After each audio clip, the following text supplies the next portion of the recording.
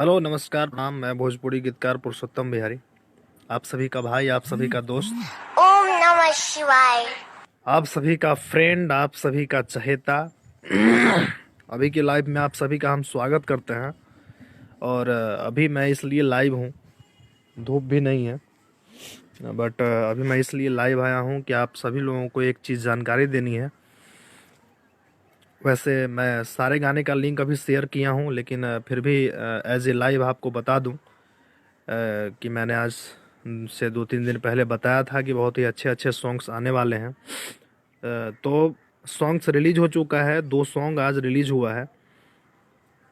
एक शिल्पी राज और विजय भैया की आवाज़ में, विजय सिंह राठौर जी, और एक अंजलि भारती और छोटा भाई चंदन राजा की आवाज़ में।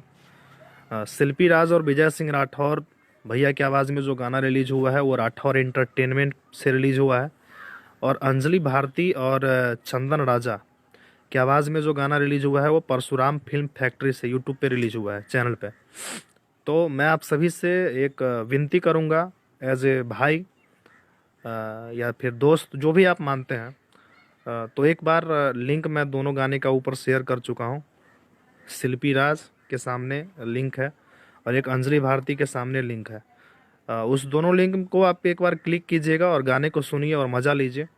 ठंडी में गर्मी का स्पेशल मज़ा लीजिए आप लोग, क्योंकि ठंडी बहुत ज़्यादा बढ़ चुका है।